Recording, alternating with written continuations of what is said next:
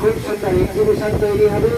এই ঘাটখোলের পর্যন্ত উপরে উঠে আপনারা ঘুরে ঘুরে দর্শন করতে পারবেন।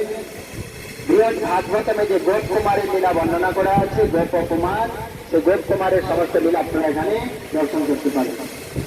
আর উপরের দিকে তাকান, একদম মাঝখান থেকে দেখুন একটি রশ্মি নেমে আসছে একদম নদীর থেকে। ওখান থেকে একটি স্যান্ডেলিয়ার ঝোলানো থাকবে। এক একটা ব্রহ্মাণ্ড এইভাবে ঘুরতে থাকবে। 14 ভুবন আপনারা এখানে দেখতে পাবেন। আমরা রয়েছি মাঝখানে, যেটাকে বলা হচ্ছে মর্তলোক। আমাদের উপরে 7টা লোক, নিচে রয়েছে 7টি লোক।